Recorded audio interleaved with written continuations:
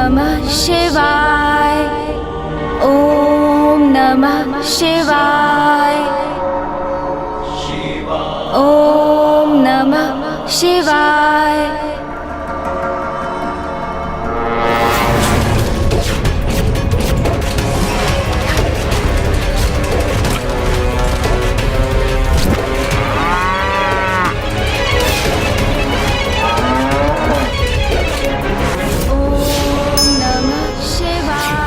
चलो शीघ्र कार्य करो, चलो जल्दी चलो, शीघ्र कार्य करो, जल्दी शीघ्र करो, चलो चलो जल्दी चलो, चलो चलो शीघ्र करो।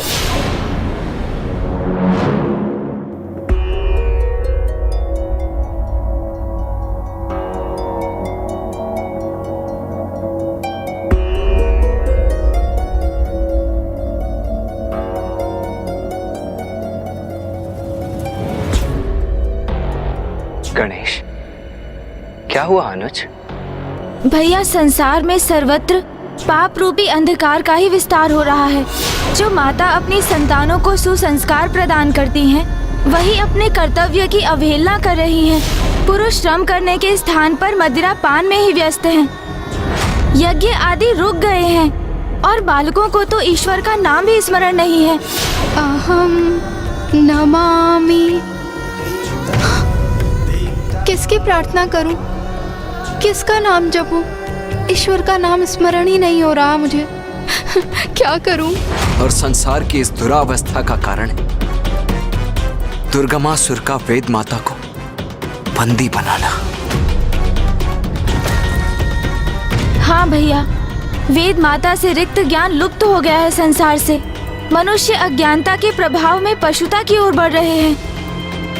उनके विवेक अर्थात अच्छाई और बुराई के मध्य भेद करने की क्षमता का ह्रास हुआ है। इसलिए पापाचार में वृद्धि हो रही है। देखो गणेश, नवरात्रि समाप्त होने में अब मात्र 3 ही दिवस शेष है। फिर माता वेद माता को लौटा लाएंगी और सब कुछ पुनः कुशल हो जाएगा। तो चलो अब माता की पूजा आरंभ करने के पूर्व उनके दर्शन कर उनका आशीष प्राप्त कर लेते हैं।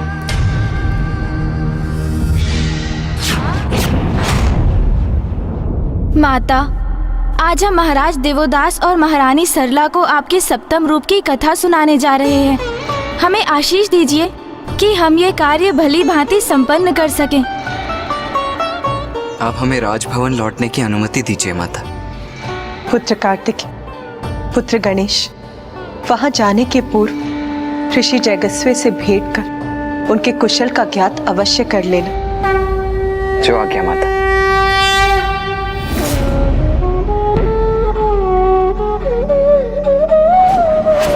गणेश, ऋषिवर की नाड़ी में स्पंदन तो है, किंतु अत्यंत मध्यम।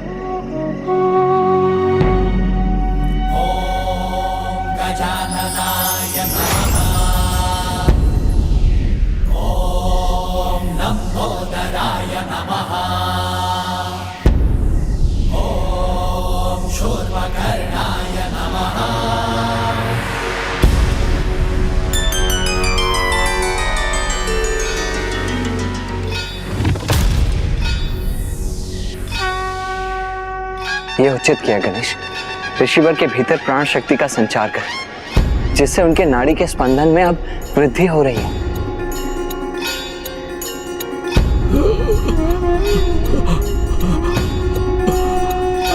महादेव, आप आ गए प्रभु।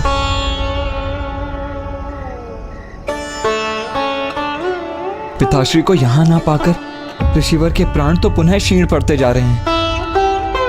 ऋषिवर, मुझे देखिए।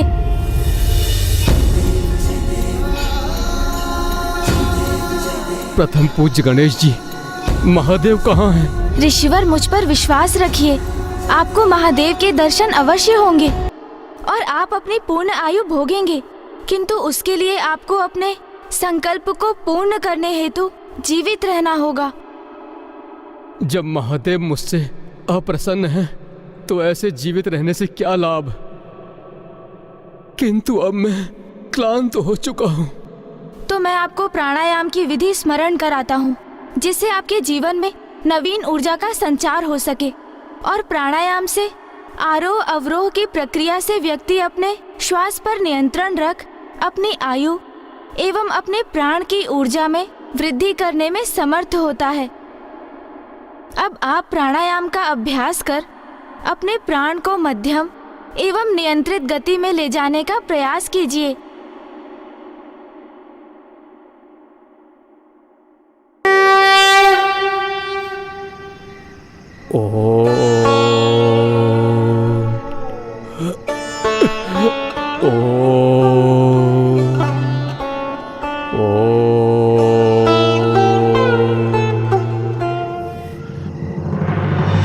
गणेश, ऋषिवर की नाड़ी का स्पंदन अब सामान्य गति की ओर लौट रहा है। जब तक वो इस प्राणायाम का अभ्यास करते रहेंगे और अपने श्वास की गति पर नियंत्रण रखेंगे, वो इसी समाधि की अवस्था में रहेंगे।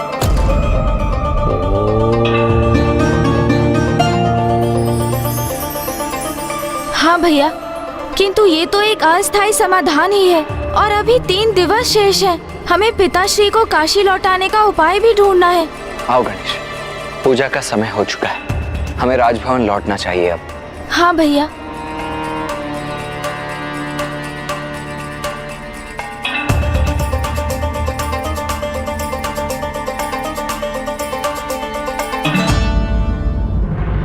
आज नवरात्रि के 7वें दिवस हम माता काल रात्रि की पूजा करेंगे।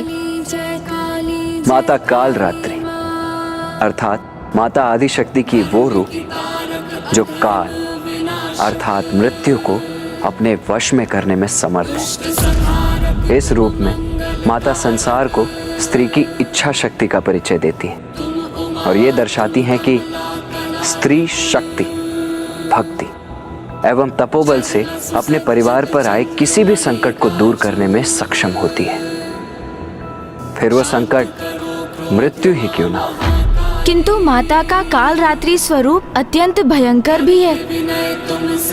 इनके शरीर का रंग गहन अंधकार के समान काला है। शीश के केश बिखरे हुए हैं और इनके कंठ में विद्युत समान चमकीली माला स्थित है। माता के 3 नेत्र हैं जो ब्रह्मांड के प्रतीक के समान गोलाकार हैं।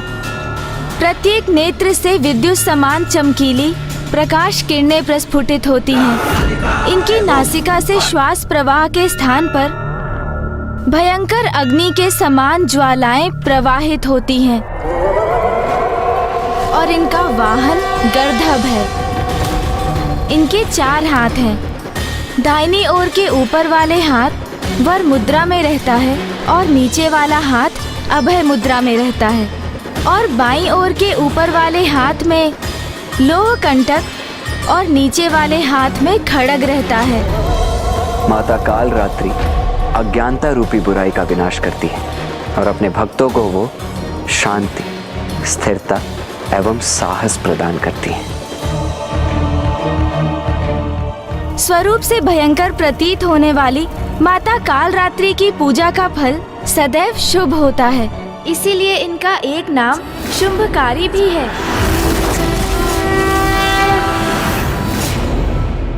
अब हम माता काल रात्रि की आरती करेंगे।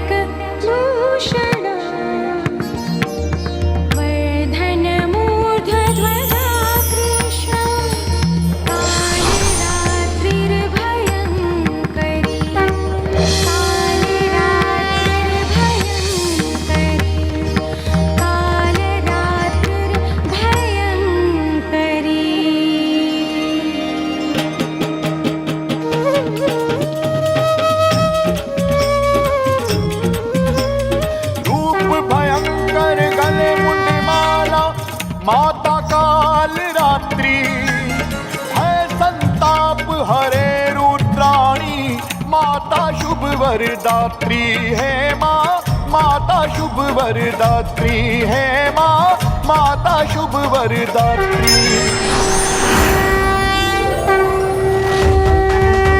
अब तक माता के 9 रूपों की कथा में आपने जाना कि माता ने शैलपुत्री रूप में महाराज हिमावन के यहाँ जन्म लिया, फिर ब्रह्मचारिणी रूप में कठोर तप कर महादेव को वर रूप में पाकर उनसे विवाह किया, फिर चंद्रघंटा रूप में घंटनाद से बुरी शक्तियों का नाश किया, कैलाश और अपने स्वामी की कुशलता को सुनिश्चित किया। माता कुष्मांडा स्वरूप में माता ही संसार की प्राण शक्ति होती हैं और उनके स्मित हास्य से ब्रह्मांड का जन्म होता है। स्कंद माता रूप में माता ने कुमार कार्तिकेय एवं गणेश जी को संस्कार प्रदान किए। जिस प्रकार एक नारी अपने गृह में अनुशासन एवं समय का महत्व समय समय पर सबको ज्ञात कराती रहती है और अपने क्रियाकलापों से सभी को संचालित करती है, उसी प्रकार माता कालरात्रि हमें समय का ज्ञान देकर समय पर नियंत्रण रखने की प्रेरणा देकर हमें अनुशासित करती हैं। माता के इस स्वरूप का प्रादुर्भाव तो इस कल्प में आगे चलकर होगा और तभी संसार को माता की कथा का ज्ञान भी होगा। किंतु ब्राह्मण देवता, आपने ये नहीं बताया कि माता कालरात्रि के जाप से, उनकी प्रार्थना से कौन सा चक्र जागृत होता है? महाराज, अंतिम चक्र अर्थात सहस्रार चक्र तभी जागृत हो सकता है जब आप माता की शेष नवरात्रि कथा का श्रवण करेंगे। उसके लिए आपको थोड़ी और प्रतीक्षा करनी होगी महाराज।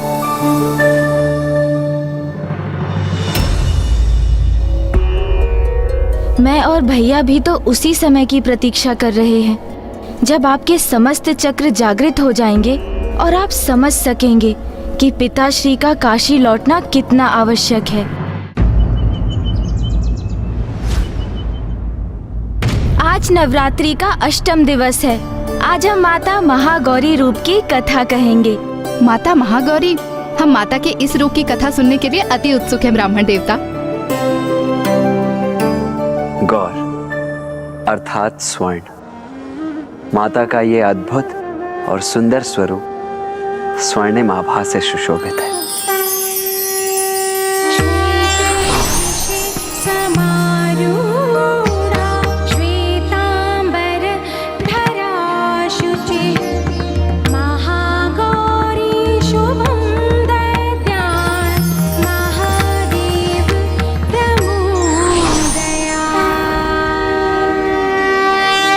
बात उस समय की है जब माता पार्वती गणेश जी को उत्पन्न कर मातृत्व का सुख प्राप्त कर चुकी थी। ओम नमः शिवाय, ओम नमः शिवाय। माँ, पुत्र,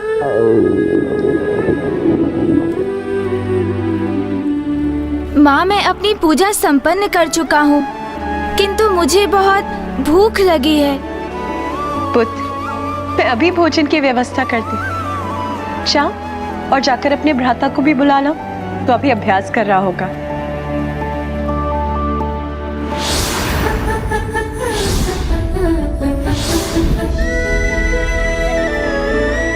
माता तो पूर्ण रूप से अपनी गृहस्थी की देखरेख में मग्न हो गई थी।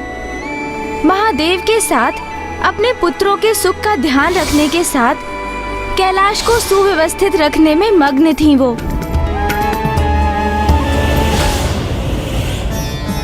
नाथ, देवी पार्वती को इतनी कुशलता से अपनी गृहस्थी संभालते देखकर देवी मैना और महाराज हिमावन को अपनी पुत्री पर कितना गर्व होगा ना।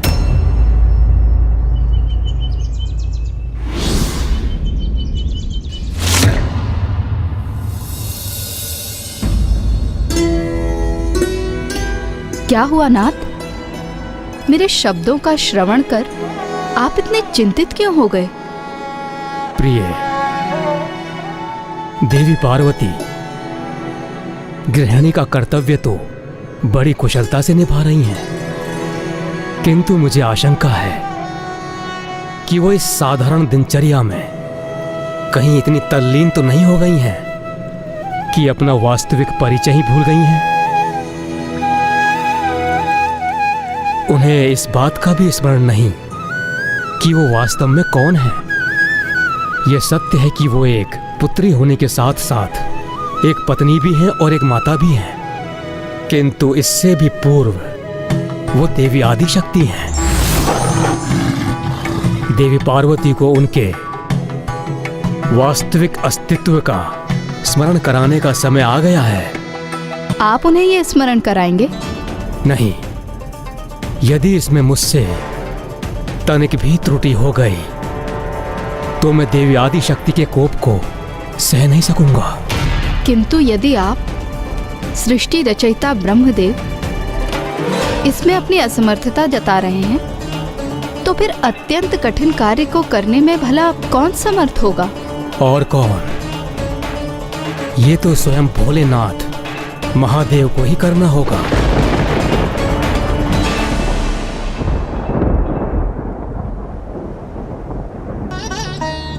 महादेव,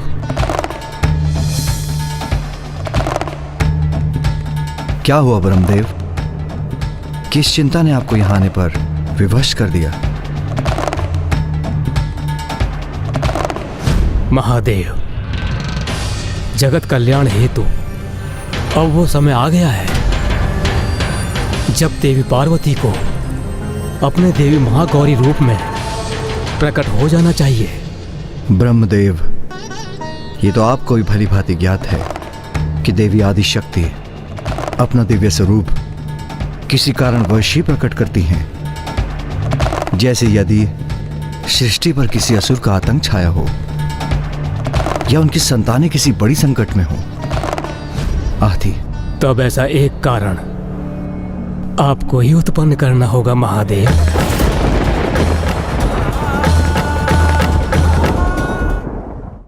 देवी पार्वती अपने गृहस्थी में इतनी रम गई हैं कि वो ये भी भूल गई हैं कि उनका दिव्य स्वरूप क्या है। इसीलिए किसी प्रकार उनमें उत्तेजना उत्पन्न नहीं होगी। उनमें अपने दिव्य स्वरूप को धारण करने की इच्छा भी जागृत नहीं होगी। ब्रह्मदेव, स्पष्ट कहिए, आपकी मुझसे क्या अपेक्षा है?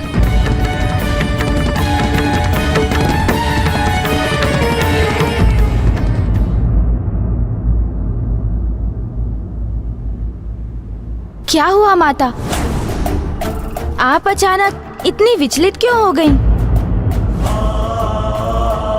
ब्राह्मण देवता, इतनी कठोर तपस्या कर माता ने पति रूप में महादेव का सानिध्य प्राप्त किया और फिर संतान प्राप्ति के मार्ग में भी उन्होंने इतनी बाधाओं का सामना किया, और अब जब माता को कुमार कार्तिकेय और गणेश जी के रूप में संतान सुख की प्राप्ति हुई और उनका जीवन एक पूर्णता प्राप्त कर चुका था, तो उनके द्वारा एक गृहिणी के दायित्व को निभाने में अनुचित क्या था?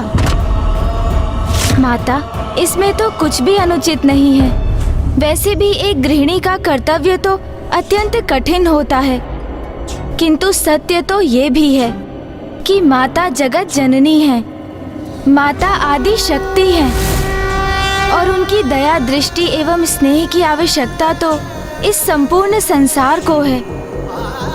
समय समय पर दुष्ट शिक्षण एवं शिष्ट रक्षण हेतु माता को अपने दिव्य रूपों में प्रकट होना अनिवार्य होता है। सृष्टि को माता की आवश्यकता थी, क्योंकि साधकों को अनेक सिद्धियां प्राप्त करने में एकमात्र माता ही सक्षम थी, और ये साधक इन सिद्धियों की शक्ति से ही संसार का कल्याण कर सकते थे।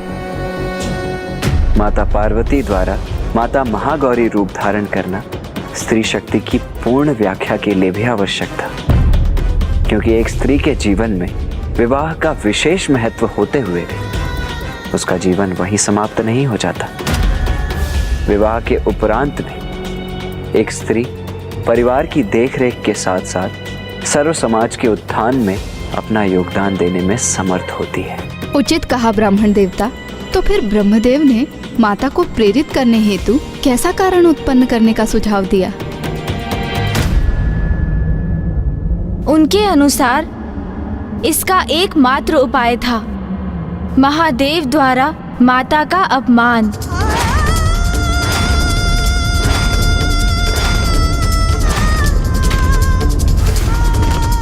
निंदा निंदा